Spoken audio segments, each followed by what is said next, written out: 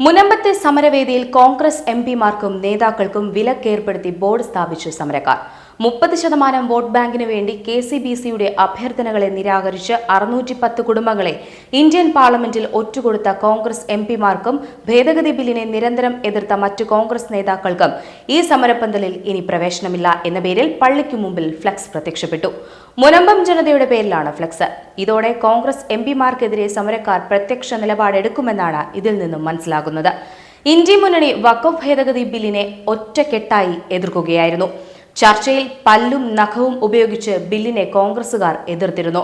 മുനമ്പം ഭൂമി പ്രശ്നത്തിൽ ഇരു കേരള കോൺഗ്രസ് വിഭാഗങ്ങളും ക്രൈസ്തവ സഭാ നിലപാടിനെ പൂർണ്ണമായും തള്ളിയില്ല.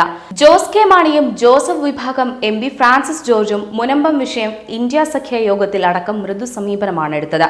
പക്ഷേ അവരും ബില്ലിനെ എതിർത്ത് വോട്ട് ചെയ്തു. സ്വന്തം പണം കൊടുത്തു വാങ്ങിയ ഭൂമി വഖഫ് ഭൂമിയായി മുദ്ര കുത്തപ്പെട്ടത് മൂലം ദുരിതമനുഭവിക്കുന്ന മുനമ്പം ജനതയുടെ കണ്ണീരിന് അറുതി വരുത്താൻ പുതിയ വഖഫ് നിയമ ഭേദഗതിയെ കേരളത്തിൽ നിന്നുള്ള MPമാർ പിന്തുണയ്ക്കണമെന്ന് കത്തോലിക്ക കോൺഗ്രസും KCBCയും ആവശ്യപ്പെട്ടിരുന്നതാണ്. നിലവിലെ വഖഫ് നിയമ ഭേദഗതി നടപ്പാക്കാതെ മുനമ്പത്തെ പ്രശ്നത്തിന് ശാശ്വത പരിഹാരം ഉണ്ടാകില്ല. അതുകൊണ്ട് തന്നെ മുനമ്പത്തെ 600-ൽ പരം കുടുംബങ്ങൾക്ക് വേണ്ടി നിലകൊള്ളുവാൻ കേരളത്തിലെ ജനപ്രതിനിധികൾക്ക് ബാധ്യതയുണ്ട് എന്നായിരുന്നു അവരുടെ നിലപാട്.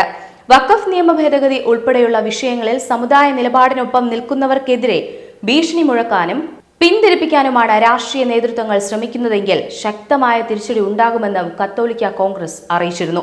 ഇതിന്റെ തുടർച്ചയായാണ് കോൺഗ്രസ് MPമാരെ ബഹിഷ്കരിക്കുന്ന ഫ്ലക്സ് പ്രത്യക്ഷപ്പെട്ടത് എന്ന് വേണം കരുതാൻ. കത്തോലിക്ക കോൺഗ്രസ് വഖഫ് ബോർഡിനുള്ള അനിയന്ത്രിതമായ അവകാശങ്ങൾ മുൻകാല പ്രാബല്യത്തോടെ ഇല്ലാതാക്കണമെന്നും സിവിൽ നിയമപരിധിയിൽ വഖഫ് ബോർഡിനെ കൊണ്ടുവരുന്ന വിധത്തിൽ നിലവിലെ നിയമം പരിഷ്കരിക്കണമെന്നും ആവശ്യപ്പെട്ടിരുന്നു. എന്നാൽ ഇത് പൂർണ്ണമായും വഖഫ് ബില്ലിന്റെ ഭാഗമാക്കിയിട്ടില്ല. അപ്പോഴും വഖഫ് നിയമം ആശ്വാസമാണെന്നാണ് അവരുടെ വിലയിരുത്തൽ. വഖഫ് നിയമം ജനാധിപത്യത്തിനും മതേതരത്വത്തിനും എതിരാണെന്നായിരുന്നു CBCIയുടെ നിലപാട്. ഈ KCBCയുടെ ആഹ്വാനം കോൺഗ്രസ് പൂർണ്ണമായും തള്ളിക്കളഞ്ഞതാണ്. വരാനിരിക്കുന്ന തദ്ദേശ തിരഞ്ഞെടുപ്പ് മുൻനിൽക്കെ ഈ സാഹചര്യത്തിൽ വഖഫ് വിഷയം കോൺഗ്രസിന് കൂനിന്മേൽ കുരുവായി മാറും. കേരളത്തിലെ ക്രിസ്ത്യൻ വിഭാഗത്തെ BJPക്ക് അനുകൂലമാക്കി മാറ്റാൻ ശ്രമങ്ങൾ നടക്കുന്നുവെന്ന ആരോപണം ഉയരുന്നതിനിടയിലാണ് വഖഫ് വിഷയത്തിൽ കാര്യങ്ങൾ മാറി മറിഞ്ഞിരിക്കുന്നത്. 600-ലധികം കുടുംബങ്ങൾ കുടിയിറക്ക് ഭീഷണിയിലായതോടെ മാസങ്ങളായി മുനമ്പത്ത് ജനകീയ സമരം നടന്നുവരികയാണ്. BJPയുടെ ദേശീയ നേതാക്കളടക്കം മുനമ്പം വഖഫ് വിരുദ്ധ സമരത്തിന് പിന്തുണയുമായി രംഗത്തെത്തിയിരുന്നു. മുനമ്പം വിഷയത്തിൽ രമ്യമായ പരിഹാരമാണ് വേണ്ടതെന്ന ലീഗ് നിലപാട് സ്വീകരിച്ചെങ്കിലും വിഷയത്തിൽ വ്യക്തമായൊരു പരിഹാര നിർദ്ദേശം ഒരു ഭാഗത്തു നിന്നും ഉണ്ടായതായി അറിവില്ല. മുനമ്പം കുടിയിറക്ക് വിഷയത്തിൽ ആദ്യഘട്ടത്തിൽ സംസ്ഥാന സർക്കാർ ഇടപെടാൻ തയ്യാറായിരുന്നില്ല.